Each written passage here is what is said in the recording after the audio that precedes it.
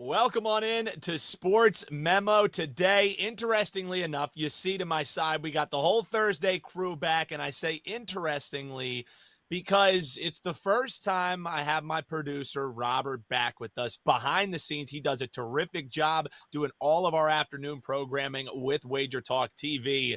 I say interestingly because he's a huge Houston fan. I hadn't seen him since the Eagles beat the Houston Texans. I haven't heard from him since the World Series was rolling along. You would think Houston Astros and Mattress Mac getting the last laugh, he would have been there the day after in my ear, but it took him about a week and a half to say, go Astros. Well done, Robert. You got me. And we're happy to be here. I'm your host, Dan Alexander. And like I said, we got the usual crew, Matt Josephs, Eric Pauly here with us today. We have a great code to drop for you. If you want to ride with our experts, it is a Sports Memo Today exclusive code. You'll only see it here, and it's a 7-day all-access pass for $69 using code MEMO7. Why is that important? Well, our first guest that we're bringing in here, Matt Josephs, college football is his expertise this year. You're going to be hard pressed to find someone who's making you more money in college football than Matt Josephs, and you can ride with him for this weekend. Plus, for just $69, that's not too bad. Let's welcome him in. Matt Josephs coming back to the show. Twitter knows him as Mid-Major Matt. And Matt, man, our Eagles, they probably weren't going to go undefeated, but the bit we had that we were undefeated as co-hosts, it was a fun one while it lasted, and I see you're now living in the dark because of the loss. How are you doing, brother? Doing okay. All it needed was some fluke plays, some officiating gaffes, and some terrible things that happened for us to lose. I think that's a good sign for the rest of the season that all those fluke things had to happen for us to lose. Well, and who doesn't want 13-year vet Linval Joseph and Ndamukong Suh on their roster?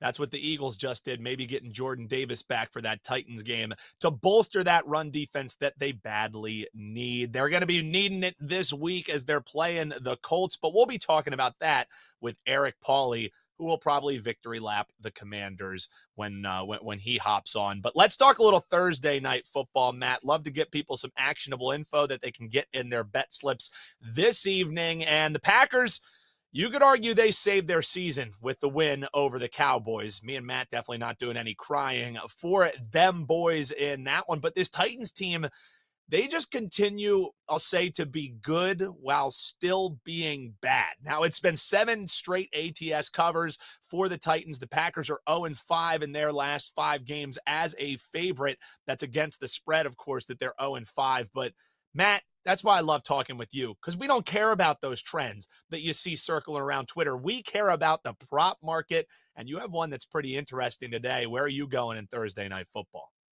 Yeah, it's not a great prop night tonight. Everybody's going to be on the Derrick Henry rushing yards over. The value is still probably there, but it's not as much because obviously it's gone up a bunch of yards since it first came out. Who knows what Aaron Rodgers is going to do tonight. Ryan Tannehill is probably going to barely be used.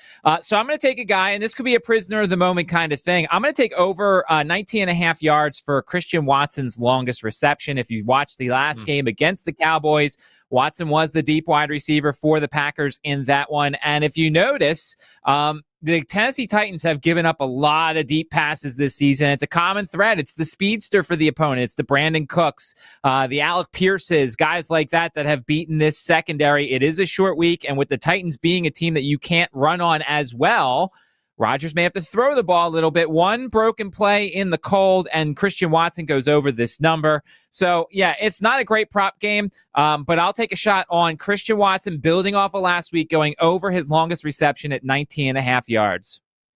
Yeah, and all it comes down to, he's going to get a target deep. It's just, does he catch it? He did it in the last game. We've seen him drop a few, so just catch the damn ball, Watson. And let's cash this over 19.5. Longest reception. You can find that at several different regulated books here across the United States and probably offshore as well. Let's talk a little college football, Matt. Before you let us know what this play is, just tell people about this college football season that you've been putting together, and then we'll get into this Akron-Buffalo game. 84, 50, and 4 this season in college football. The most profitable on SportsMemo.com, the most profitable over the last 3 seasons, hitting over 60% in 2 of those seasons. And I've got a rare 5% played for Saturday. And I don't do a lot of them. I don't feel like giving them out a lot. I just don't do that sort of thing. But there is a team total that I absolutely love on Saturday. So for my first 5-unit play of the season, you can get that on SportsMemo.com. And you can get it inside that 7-day all access for just $65. 5% are going to run you $35 anyways. Use that code MEMO7 and ride with Matt for an entire week. If you already have all access from Matt, you can also stack that as an offer. But Matt, as a radio guy, you'll be able to appreciate this drop. When you're talking college football, he's good. Yeah, a little Billy Madison action for you. Let's talk Akron and Buffalo.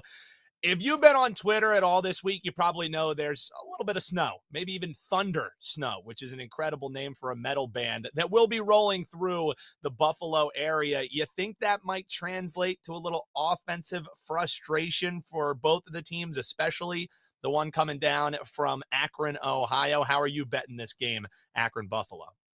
Yeah, I think there's a misconception coming out from a lot of people that this is going to affect Sunday's game. And it's actually the wind that's only going to affect it because the snow will be out of there by Sunday. So the Bills and the Browns will be able to play this game. The Zips and the Buffalo Bulls will have to play in the middle of it with the snow, with the wind and everything. And look, this number's come down a little bit already. Both sides of both teams. Now, I'm not as worried as much about Buffalo. I mean, obviously, look, Buffalo's going to struggle too, but they run the ball more. Akron barely runs it. Their offense is basically short passes. They go 5 wide receivers quite a bit. DJ Irons is a mobile quarterback, so that's good. But it's going to be snowy. It's going to be windy. We saw a little bit of it, not even close to what it's going to be in the Western Michigan, Central Michigan game last night. There was not a lot of points in that one. I'm taking Akron under 16.5 points in this one. I think the Zips are going to struggle. Now, of course, it goes under that key number of 17, but whatever, that's fine. I don't know how many extra points are going to be kicked in this game either. So I'll take a chance. Give me the under 16.5 points for the team that likes to throw the ball a lot more and probably will not be able to do so Saturday as Buffalo takes on Akron. The Akron Zips under the team total, 16.5 points. You can grab that right this moment. Matt, you talked about your 5%. You have anything else loaded either for tonight or the coming weekend that you're excited about? Let people know about it on your way out here on Sports Memo Today. Yeah, certainly. As we said, number one, most profitable on Sports Memo, hitting over 60% of my college football. That stuff will start coming up tomorrow night for Saturday's card, other than the Akron play, which is already out there for the clients, and the 5-unit play as well. And, of course, the NFL props as well. Don't forget, Prop It Up tomorrow at 10 a.m. Me, Andrew, and Andy Lang will give you all the best actionable information for the weekend in the props market, whether it's football, basketball, UFC, hockey, whatever. All the above. You can hear it tomorrow morning, 10 a.m. Huge thanks to Matt Josephs. Always a pleasure having him on the show here. Again, use that code MEMO7. Head to his page, 7-day all access, just $69. And that will include the 5% or the first of a very profitable college football season. 5% play for Matt Josephs. Let's swing it on over. I tried to petition the committee and get Eric Pauly off the show today because I know he was going to be, hot dogging and grandstanding about his Washington Commanders, but we had to override it because he is part of our Thursday crew here. So EP, even on the week when you take down my undefeated Eagles, there it is. You earned that. You earned that, brother. You knew I had to have you on. How's it going, man? And how's it been running for you, brother? It's going very well, and Monday actually saved my week. So I was 2-2 heading into Monday Night Football, but I missed 2% plays, hit 1% plays, so obviously was down units, but had a 4-0 sweep on Monday, including, of course, my Commanders on the money line plus 400. Also, the Eagles team total minus 27.5. Devonta Smith over 4.5 receptions at plus money, that cashed, and Antonio Gibson over 34.5 rushing yards, cash. So a 4-0 week. 4-0 Monday, 6-2 week, and I've been profitable in 5 of my last 6 weeks in the NFL this year and up 17 units. So I'm feeling great. I love to hear it, even with that stupid W on your head. But I will say, impressive by the Commanders, because last year there was an undefeated team that a lot of people, called frauds or overrated, whatever. And that was the Steelers, the Taylor Heineke and the Washington Commanders slayed, or team formerly known as the football team, I guess could say slayed. Now they take down another 8-0 team. So, man, not much to cheer about in Washington, but you guys are the giant slayers. I can tip my hat to you on that one. Since we're talking that Eagles game, and I was with you, that 11 points was just ridiculous in a divisional game. I didn't think they would win outright, but kudos to you cashing that plus 400 for you and your clients. Let's start with this Eagles game because it's bounce back time for them. Now, can they bounce back with this rush defense that just got gouged on Monday Night Football, allowing Washington to control the clock, pick up short third downs, could hardly get off of the field? Now they have a short week, bouncing back against the Colts team, who just won with their first win as their new head coach, Jeff Saturday, comes in. So what are you doing, Pauly? Is it the Eagles bounce back angle, or do the Colts maybe have a leg to stand on with Jeff Saturday? How are you betting this one coming on Sunday? Yeah, so while I could not be happier that the Commanders were able to beat the Colts, did we deserve to or absolutely outplay? I mean, the Eagles, no, we did not. But what we did on the ground, though, is that cannot be overstated about how we were able to control the clock. And that formula is something that I think the Indianapolis Colts can copy. And I think that 7 points is just too many to lay for the Eagles, especially considering the fact that they're going on the road to face this Colts offense and Jonathan Taylor. As we saw last week, of course, the Las Vegas Raiders, they're close to resembling more of a college team than an NFL team at this point.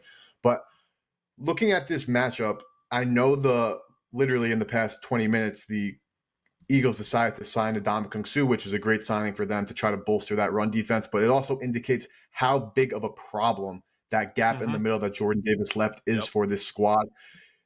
Now, when the Colts beat the Raiders last week, a lot of the credit went to Jeff Saturday, but I'm not sure how much he really did. They really dumbed down that playbook for the offense. They had Matt Ryan and Jonathan Taylor kind of just run all over everybody. Of course, that huge run from Taylor was a difference maker in that game, but there's no reason to believe that the Colts can't do that against this Eagles team. Now, of course, Suh is added. I don't know how active he'll be on Sunday, if even active whatsoever, but while there was a lot of good for the Eagles, and like you and Matt were discussing there, and even before the show, it's not like a bad thing for the Eagles to have lost that football game because they played well and still lost, and on some kind of debatable type of calls and plays. But 7 points just seems too many in this matchup. Yeah. I'm going with the Colts to cover the 7. It's not a bet against the Eagles to say that the Eagles are going to lose this football game. This is also not saying that the Colts are a great football team. It's just that the formula that Washington showed on national TV on Monday night is a formula that the Colts can replicate. And again, I'm not saying that this is an outright winner again, but 7 points is too many in this game.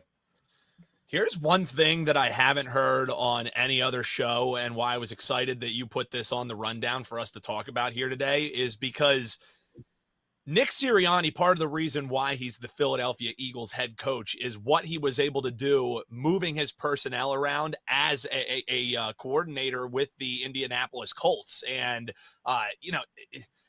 the fact that he'll come into this game with a team that's had not as much roster turnover outside of quarterback, I would argue, might know this Colts personnel better than Jeff Saturday does, which is why, I'm probably not touching this game with a 10-foot pole. I agree with you. 7 points looks like too much.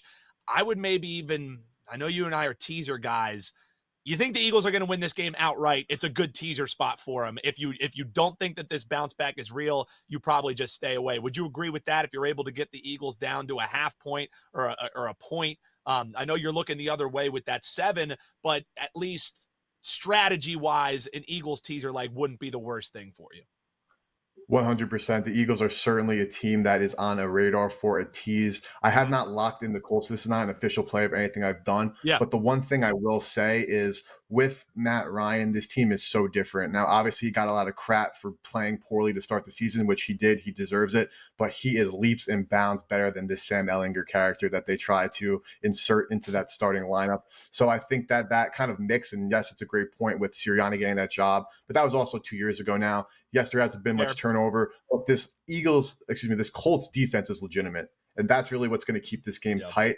But again, even against the Commanders defense that is middle of the pack, probably upper middle of the pack in the NFL, the Eagles still could do whatever the hell they wanted, it looked like. So I, again, am a little just weary. I do consider the Eagles a good teaser leg. But again, if we're going with taking points, a home dog in the Colts at 7 with the way that they can certainly run the football, I lean toward going that direction than finding a partner in this week because there are not a lot of great teaser options on the board this weekend. I would look towards San Francisco as my best teaser option, and I could certainly see the case to be made for Philly in a teaser because you're getting them around